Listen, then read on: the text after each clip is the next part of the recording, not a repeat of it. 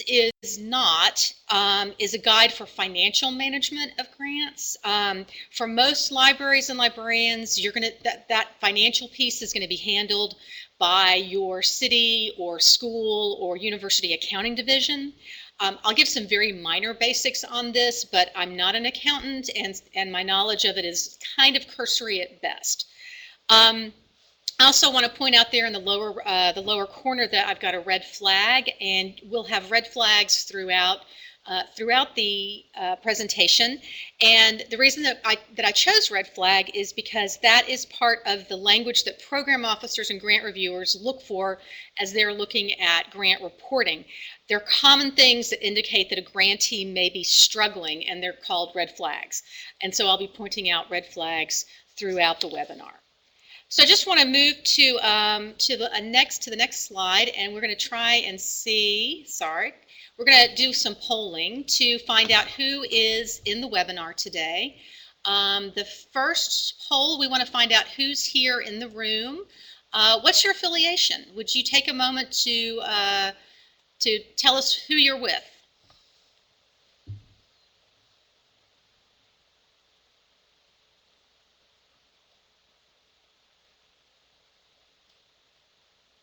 All right, so I'm seeing about half the folks here are from public libraries. We've got academics, some school, and a couple of other. Excellent.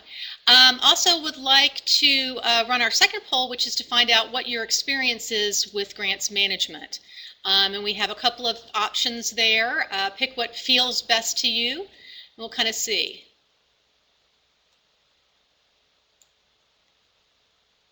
So kind of, it's almost split evenly between absolute beginner and a little bit of experience with some of you out there with lots of experience. That is great. So good, that's good to know who's in the room. So if there's any terminology that I use that is confusing, or just let me know, and I'll do my best to try and give you more information. So moving on, let's see what we're going to. Oh, that's okay. Thank you. So just wanting to make sure that you're clear. Grant money is not free money.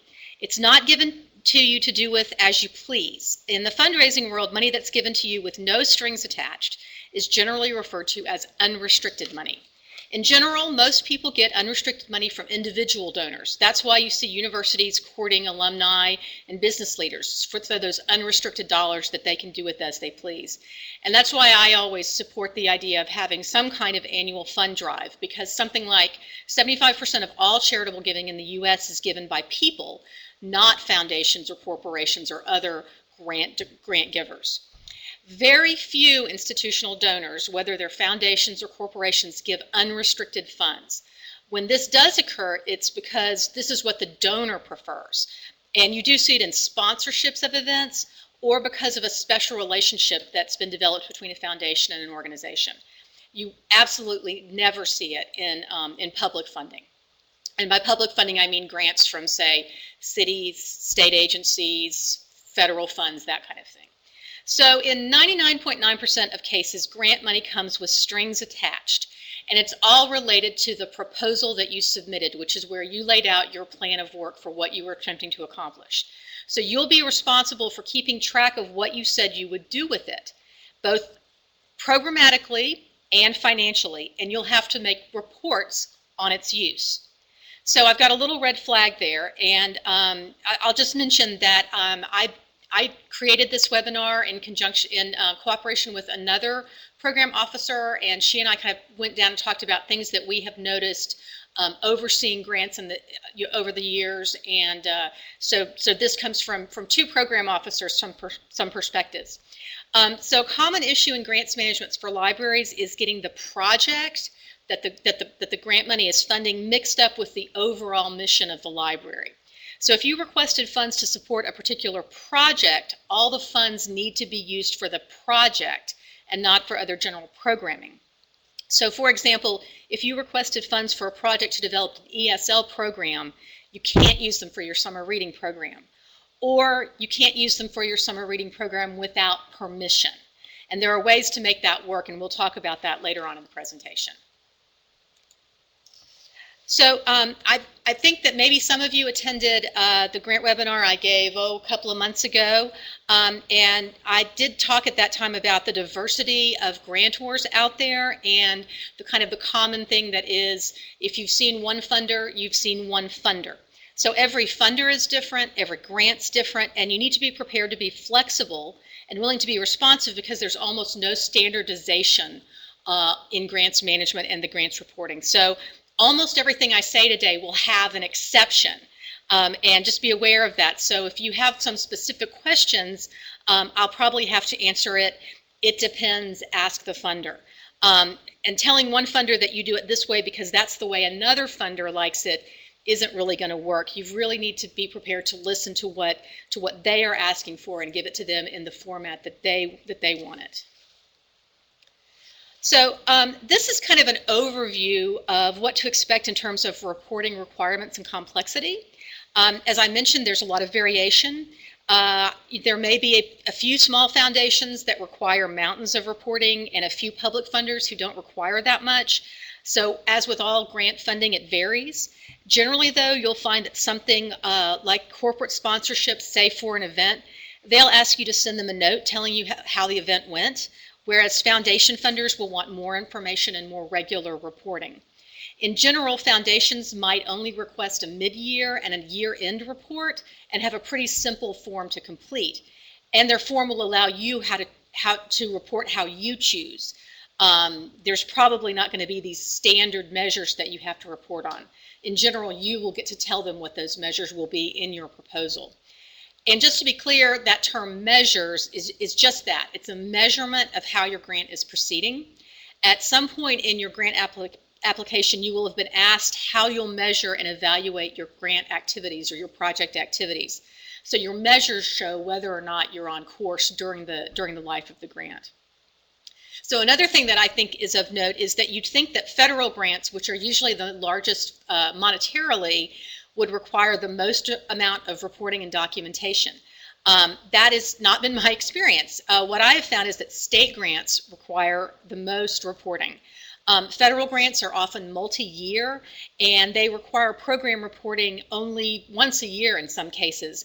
But I've been responsible for grants that required monthly reporting.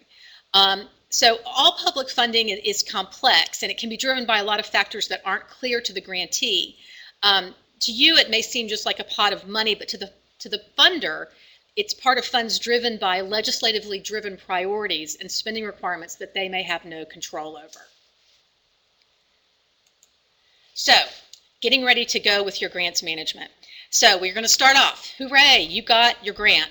First thing to do is to celebrate and send a note to anyone who helped you with the grant, both inside and outside the office, and telling them that you got the grant and thank them for helping out. Next, you want to send the donor a thank you note, not an email, but an actual handwritten thank you note. That really sets the bar high for you. This is more important in the foundation and corporate world, but where you're building a personal relationship with the donor, I would also do it for public funding. It makes you stand out and it shows that you're responsive. Also, if you have a mailing list, put them on it if they're not already there. Next, you want to find out who your program officer will be. This might be also called the grants officer. This person is going to be your primary contact throughout the life of the grant. Make sure you have their correct email address and phone number.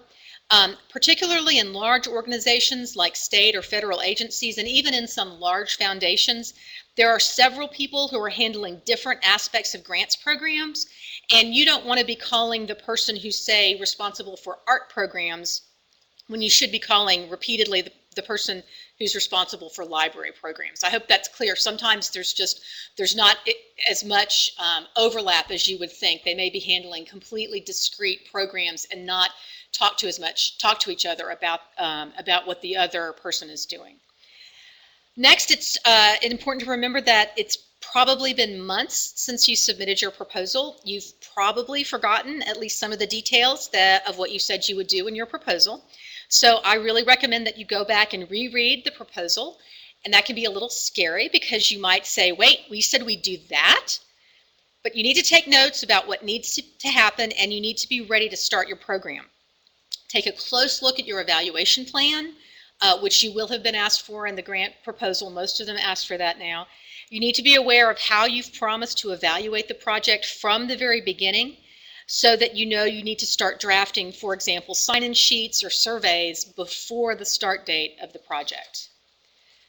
So there's a couple of ways that the grant money is going to get to you. For foundations and corporations, they're probably going to send you a check or do a direct deposit into an account.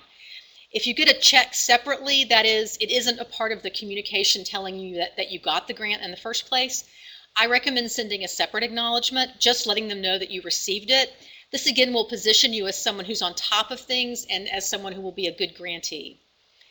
For public funds, you're more likely to be reimbursed for expenses after the fact. So some people are surprised when they don't get a check immediately.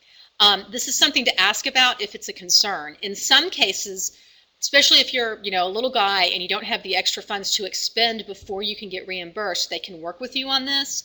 I would just be sure to ask. It doesn't hurt, and every fundraiser knows the answer is always no unless you ask. So I recommend following up on that, but do be aware of that when it comes to public funds, which would be, again, money from state agencies, from federal agencies, from city, county, that kind of thing. For larger grants and public grants, without fail, you'll receive some kind of grant agreement or contract to sign. As boring as it is, read through it, take notes, and ask questions.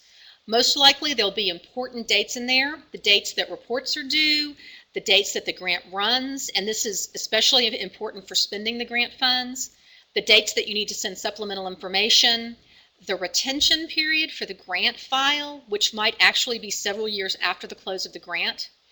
I always, when I would get a grant, receive notification about a grant and look through the contract, I would always go ahead and put the due dates of the reporting on my calendar, and then I'd put a reminder a week or two ahead of each due date so that I could be working on the report before the day that it was due. It's no fun having to do the report on the day that it's due and not exactly know what it is that you're needing to collect.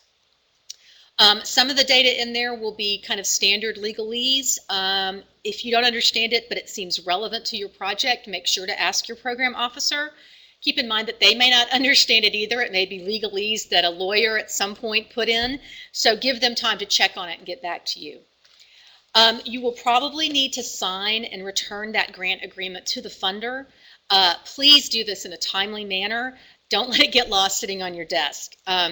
Some of you will require that it be signed by someone else, like someone in your local city office, or in at least one case that I'm aware of, after presentation to the entire city council.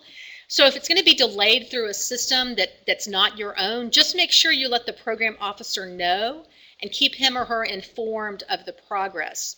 You could just send an email that, just wanted to let you know that I called the city attorney today and she's promised to get to the contract later this week, is enough, but it shows that you're keeping on top of things from the get-go.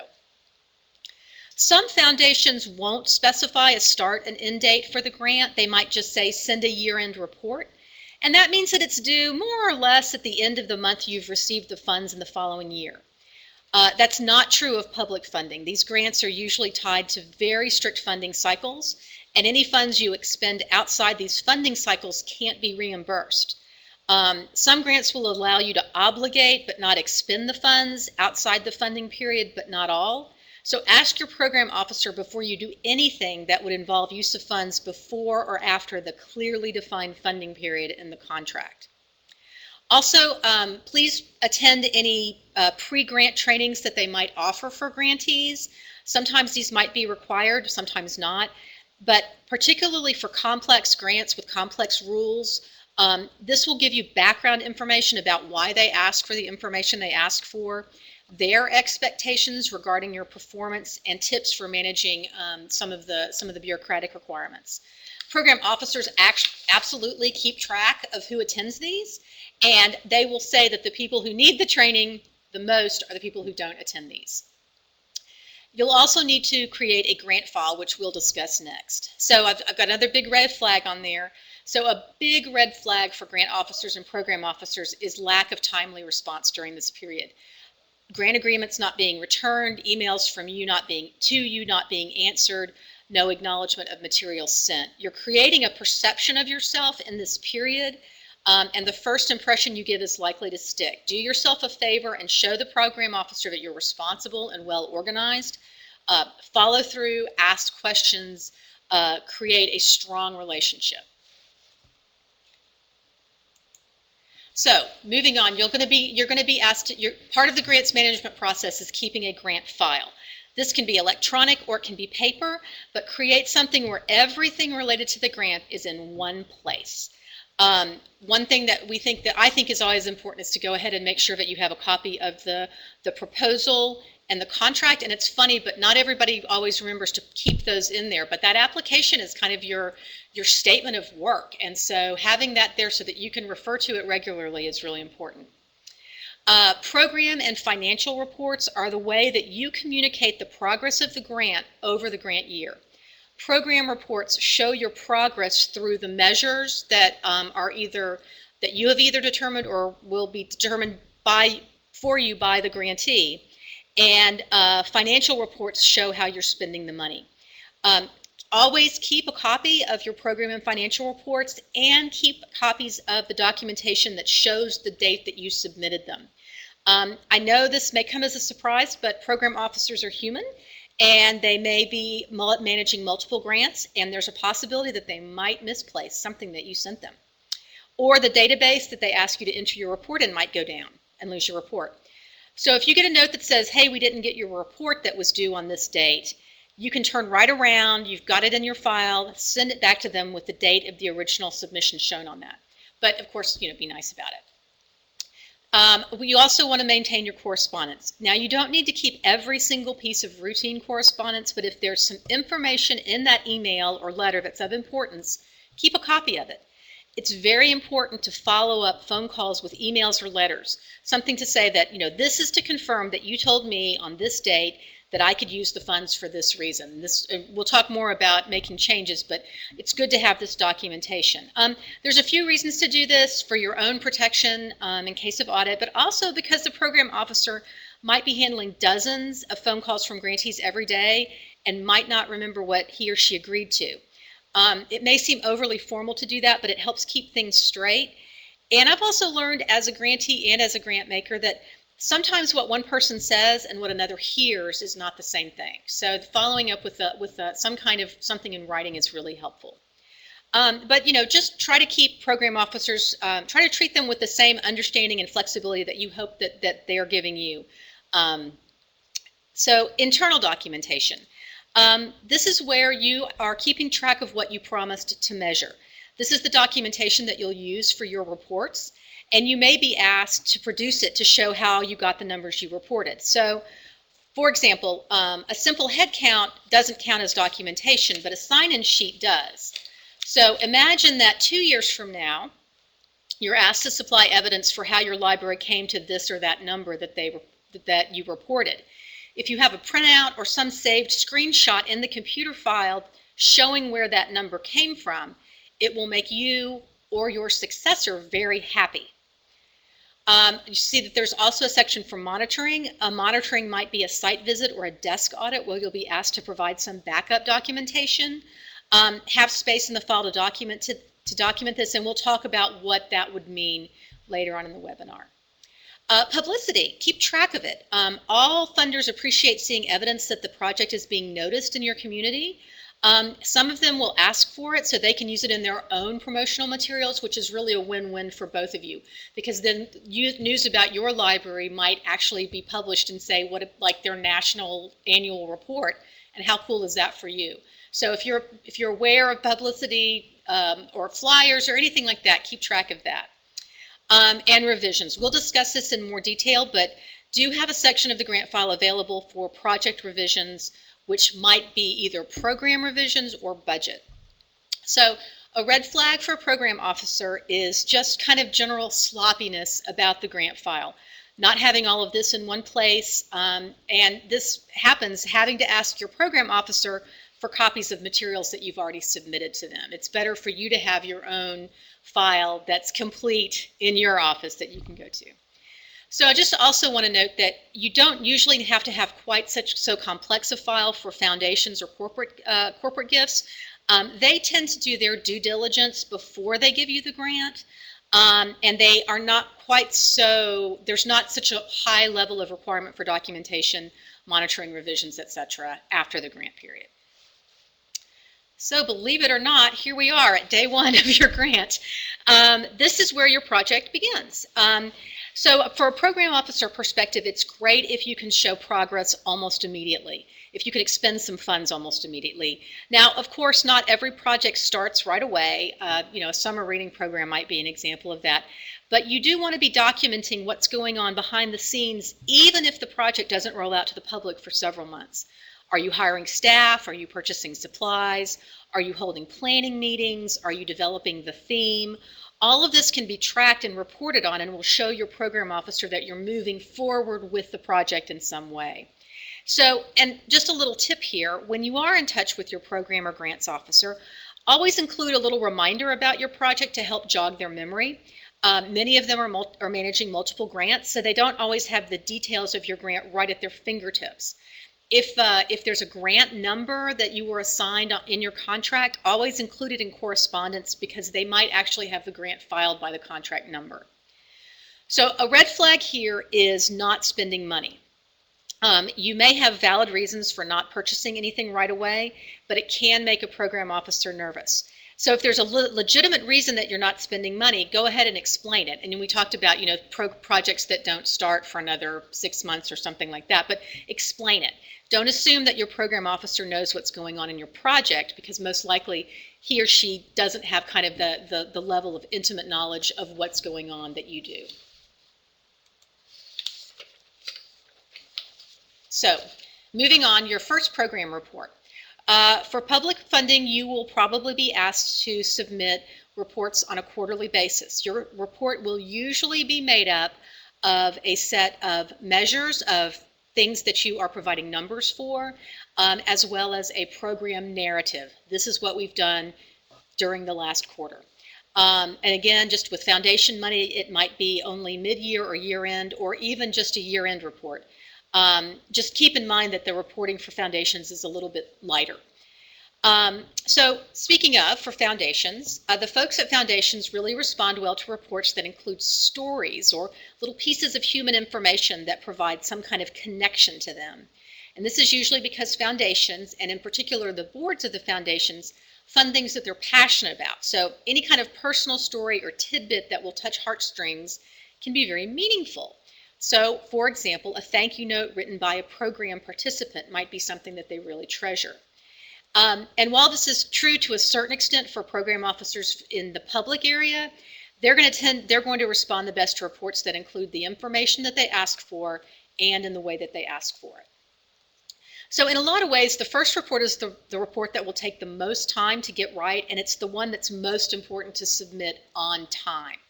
Give yourself plenty of time to review the reporting form, whether it's online or in print, to make sure that you know what they're asking for.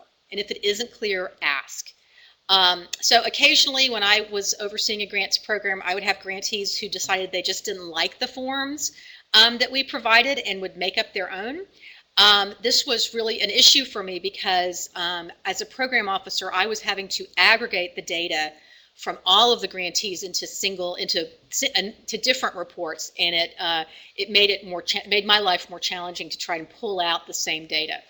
So if you develop a reputation with your grants officer of timely reporting and that responsiveness, then you're likely to get a little more slack if an emergency comes up at the last minute later in the grant period and you need an extension on a subsequent report. Now, sometimes in public funding, you might be asked to supply measures for things that don't seem to relate to your grant. This is because of the nature of public funding. Not only does it come with strings attached, but it has strings attached for the agency that gives it to you. So strings attached for you and strings attached for the agency that's giving it to you.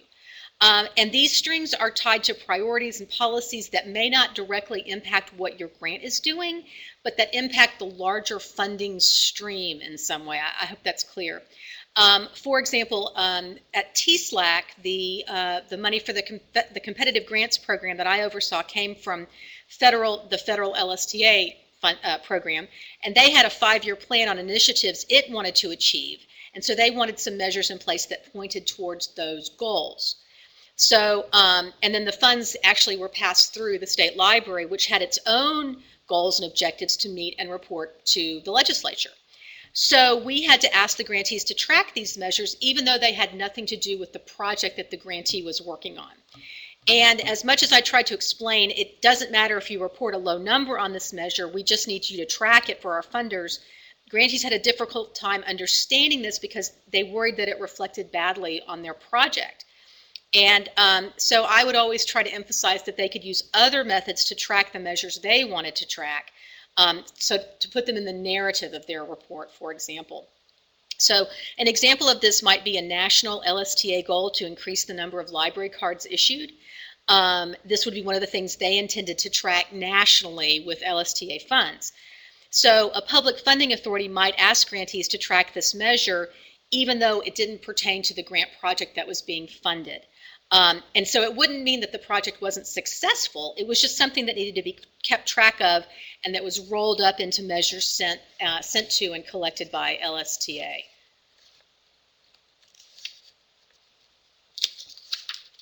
So is it a kind of a pain? Yes, but remember that the grant money comes with strings attached, and you just got to know that going in, and please be receptive. Another thing, if there are measures that are kind of common across all the grants, don't try to force them to fit your project. Sometimes the meaning of these measures is very rigidly defined by the funding authority, and if you try to wiggle it to make it fit for your project, it can cause you and the funder some grief if there's auditing.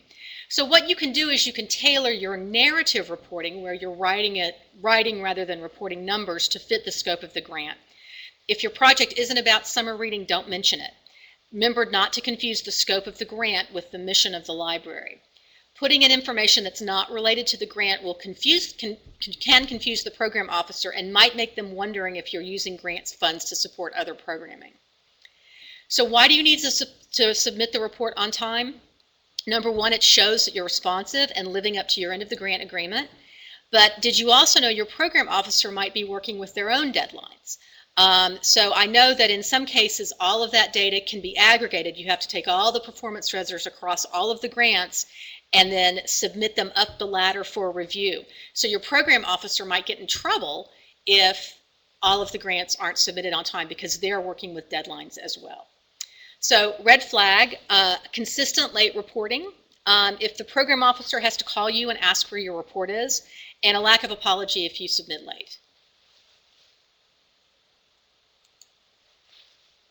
So at the halfway point through your grant, and I'm counting all of these as about a year. Most grants last a year. There's a few 3-year grants here and there, but most of them last about a year. So at the halfway point, this is a good point to step back and double check that you're on target. Are you about halfway through what you said you do in your grant proposal, more or less? What's working? Is anything not working? Have you made some adjustments that you weren't expecting? Are you spending the money in the way that you anticipated?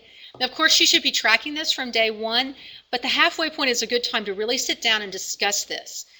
You might set up a meeting with people associated with the project to review the original proposal again and see if you're following the timeline you set up, if the plan's being followed, etc. It's just a good take stock period. Finding out that something is not working now is much better than finding out that it didn't work throughout the whole project. Informing your program officer if there's a problem now is much better until waiting till the end. And I really will say that it's okay if you're having a problem. I can tell you from experience that there are grants that are just jinxed from beginning to end. Your proposal was a plan of how you thought things may go, and they might not go that way. So if you find out that there's a problem, my recommendation is to come up with a solution. Will you try a different curriculum? Will you try to hire another person? How will you get the project back on track? Then approach your program officer, letting them know of the problem, and provide your proposed solution to the problem. So I've got some questions here. I'm going to stop here.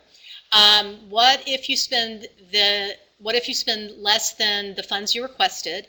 And so if you're able to do something more than promised, can we wait on those? Because I'll be getting into that in program and budget revisions, and we're going to have that as a separate slide. So if y'all will just wait for a second, and if I don't answer them, come back and ask me again. But I do want to be clear that every program officer knows that grants run into issues. It is important to be honest with them about successes and challenges. They much prefer getting ongoing updates about issues and how you're working to address them than getting a report at the end that just where the grantee essentially just says, sorry. So keep them informed. So in order to meet the requirements of public funding, they may ask you for a program budget revision, and we'll have that in the next slide. But a conversation with them ahead of time will show that you're committed to the project, that you're capable of working out issues, and that's where I say come to them with a solution already in place, and that you're respectful of the purpose and requirements of the grant. So here, I hope that this answers the questions here. A program or budget revision is a formal request to make changes to your proposal and budget in some way. Your contract is likely to state the steps needed to submit a program or budget revision.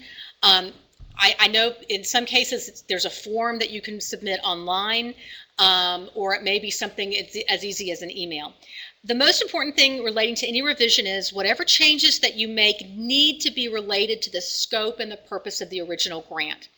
Your proposed changes can adjust the project, but you can't get a complete overhaul and a complete change of subject of what you're trying to do. So if your purpose of your grant, which is usually clearly defined in those original grant guidelines that you read when you were writing the proposal, you can't change it to do something different. So for example, if you got a grant to support a cooperative program to develop a shared library catalog, you can't just change that to a project to buy e-readers for your library. That is usually not true to the purpose of the original grant. Now, in some cases, if you can make a strong argument that the change in purpose still relates to the kind of the original intent of the grant, it's possible that it'll be okay. It's kind of a gray area, but this is, you know, if you can build a strong argument for it, go for it, and talk to your program officer. I think that's the main thing I want to make sure is that you're talking to your program officer and that you're in communication with them. So now remember that you might get a no. If you ask to make changes, you might get a no. Remember that the program officer is operating under rules and regulations that may come down from the federal government, may come from the Texas State Legislature, that really impact how the grant can be used. So sometimes there's gray area, sometimes there's not. Work with them, be open, don't take it personally if they say no, just do your best to see if y'all can find some kind of way to move forward. So a big red flag in this particular area is kind of deciding on your own that you're going to make those program and budget changes without getting the okay ahead of time. Sometimes your grant will require what is called prior approvals, and we'll discuss that a little bit in more detail before you make some big changes. So just as a heads up with a foundation, this isn't likely to be necessary. Simply calling the program officer and getting a verbal okay and following up with an email is the only step that you're going to want to take. So, so I think to address both the questions that I had about spending, if you're spending less than you requested, and if you're wanting to kind of expand the scope, yes, absolutely, but it's about talking to the program officer and making sure that they know what's going on. If you're having trouble running into spending the money, and if you want to do more, both things that require just talking to them and often getting a formal program revision.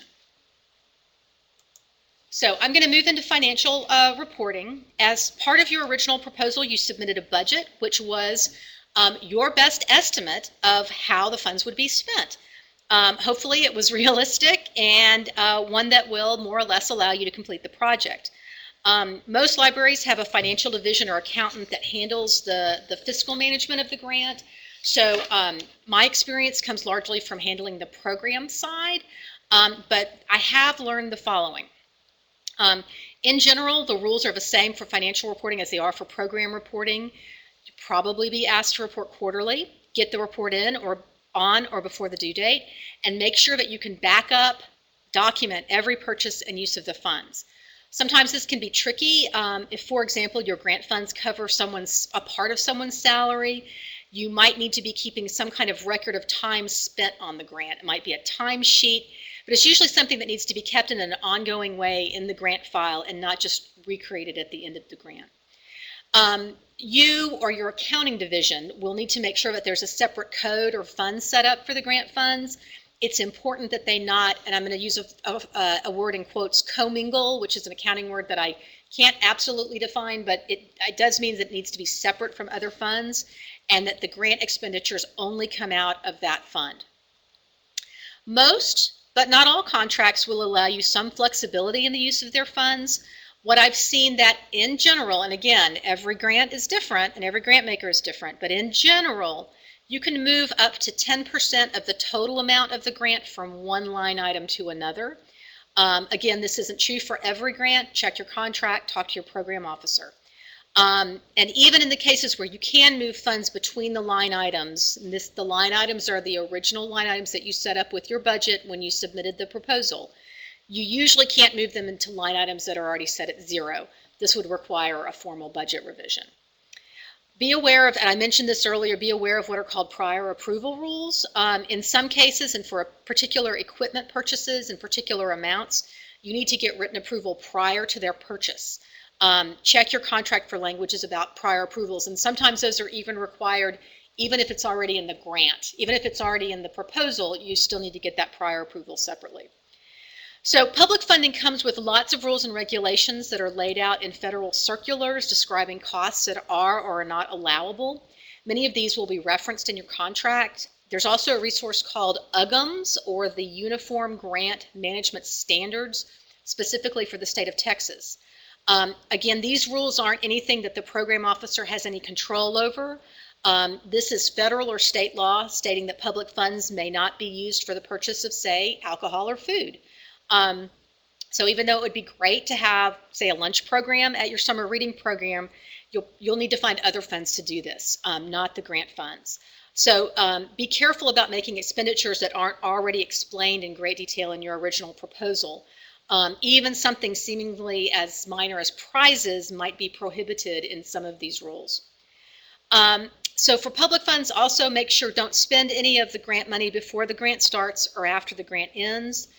There's some leeway on obligating funds, but talk to your program officer for assistance with that. Also, spend your money. There is no virtue in being frugal and offering to give back the money you didn't spend. It usually messes with the accounting system of the grantor and requires a great deal of effort to find a way to spend it before the end of the budget cycle. If you're not spending money at the rate you expected, you can get a budget revision that reduces the entire size of the grant. Try to do that as early as you can, as you're recognizing that there's an issue, so that the grants can be returned and invested in another project, or to find a way to make your project better. For foundations with financial reporting, you'll submit a report. You'll probably submit a report midway and then at the grant period end. The form will be a lot less detailed, and you'll probably just need to give aggregate numbers for each budget line items. This just gives you more leeway. They probably won't mind if you need to make changes that don't impact the big picture impact of the grant. You know, I would definitely get in touch if I needed to make significant changes or move large amounts between line items, but there are just fewer legal requirements in place. And they will definitely be confused if you try to give the money back. So they'd much prefer that you just expand the capacity of the project. So some budget items that cause red flags for program officers in the public arena. I'm not going to be able to give you like specific details, but these are things that have been issues that I wasn't expecting always. Prizes or giveaways can be prohibited, although they're sometimes allowable if they're part of the program. So if you were giving away thumb drives that had something to do with the program, they might allow that. Case by case, gray areas. Purchase of food and drink is usually prohibited. Computer equipment costing more than $5,000. Alcohol is usually completely prohibited. Indirect expenses that are greater than 10%. Indirect expenses are, it's hard to explain. They're expenses that kind of help you run your office. And it's usually capped at 10%. They're helpful funds because they help pay for, say, your accountant, or a little piece will pay for like your office rental. There's a lot of different places, but it's usually capped at 10%. And salary can sometimes be a budget red flag area.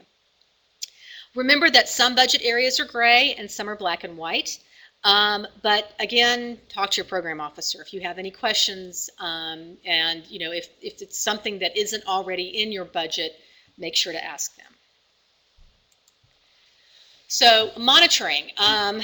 So with public funding, it's possible that your project might be the subject of a monitoring, or sometimes called a site visit or a desk audit. Don't be scared. If you're going to be monitored, don't be scared. I unfortunately think the words used in those situations are intimidating, and the process is not intended to be adversarial. So first you'll want to know, why me? Some of it's completely random. You'll just get randomly selected from a list of grantees. Some of it depends on the type of grant that you have. There are many funding agencies that use a matrix where points are assigned on a number of factors, and the more points you have, the more likely you're to be selected for monitoring.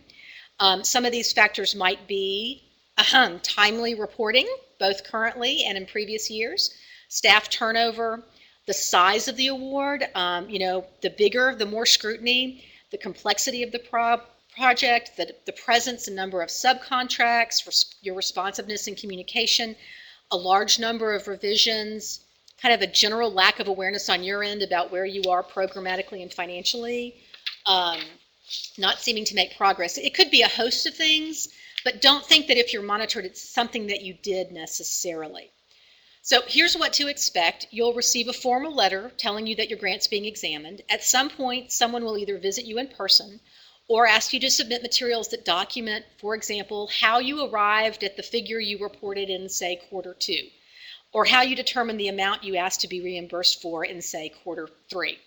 This is where the importance of having that good grant file and good documentation comes in. Having a grant file where everything is located will make your life immensely easier during a monitoring. If you can find the materials, and if the person is there visiting, they observe how well organized your grant file is, this relieves their mind a little bit. A perception of control over the project goes a long way.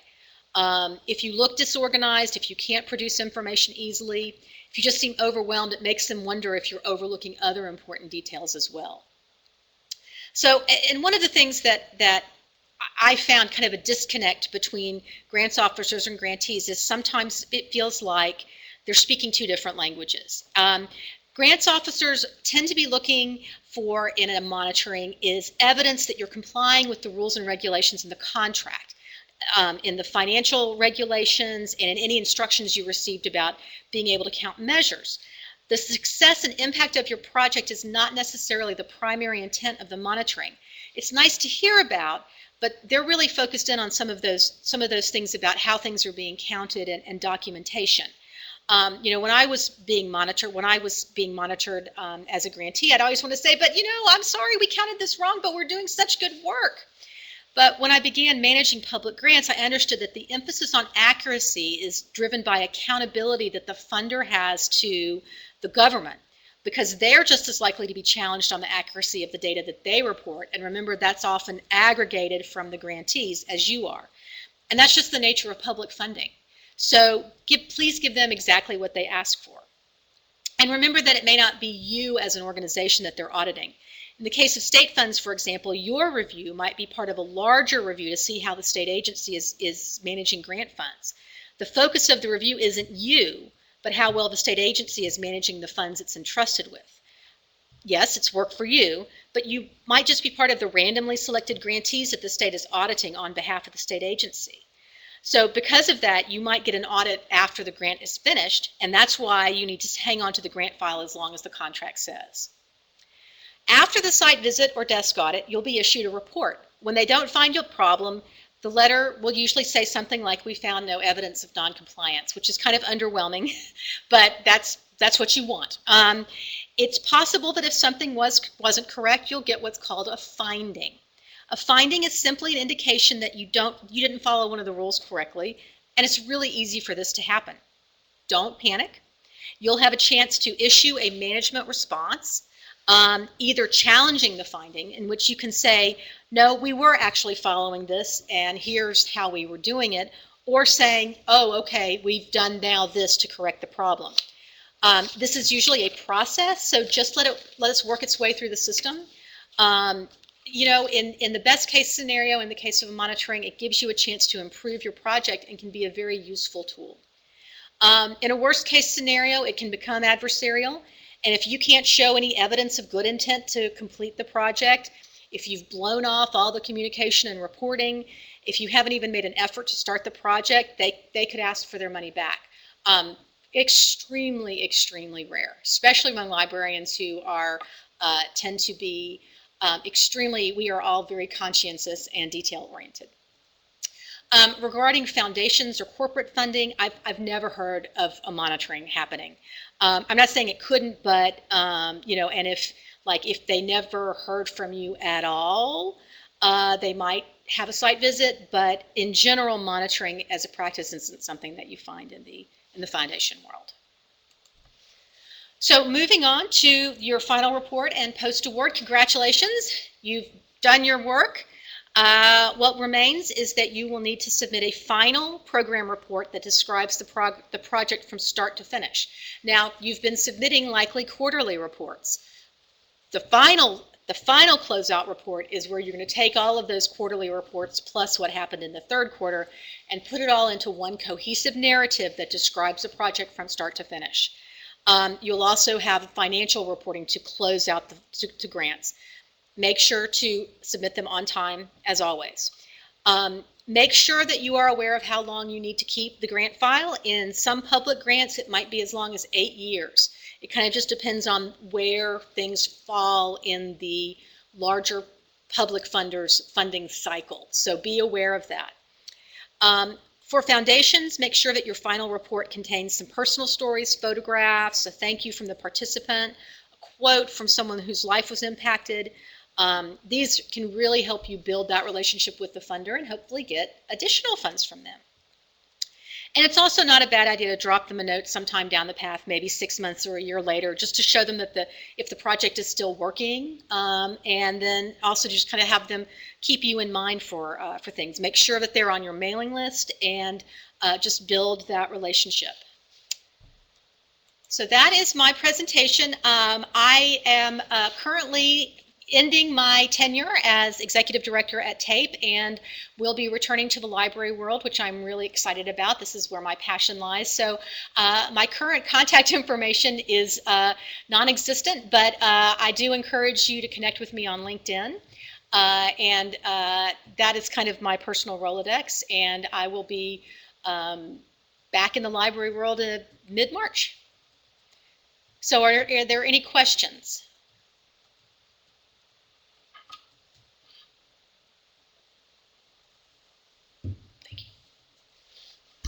And if you have any additional questions, go ahead and type them into the chat box in the lower right-hand corner of the site. We have one question about report advice.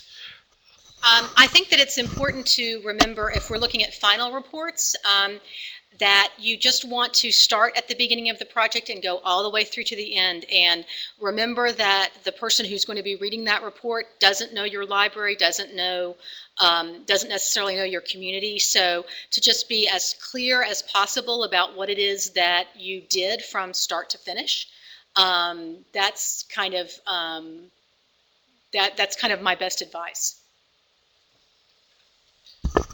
Okay, thanks very much. And again, please check in with Jennifer on her LinkedIn site if you have additional questions. We'll be sending the tape out tomorrow, and thank you all again for coming.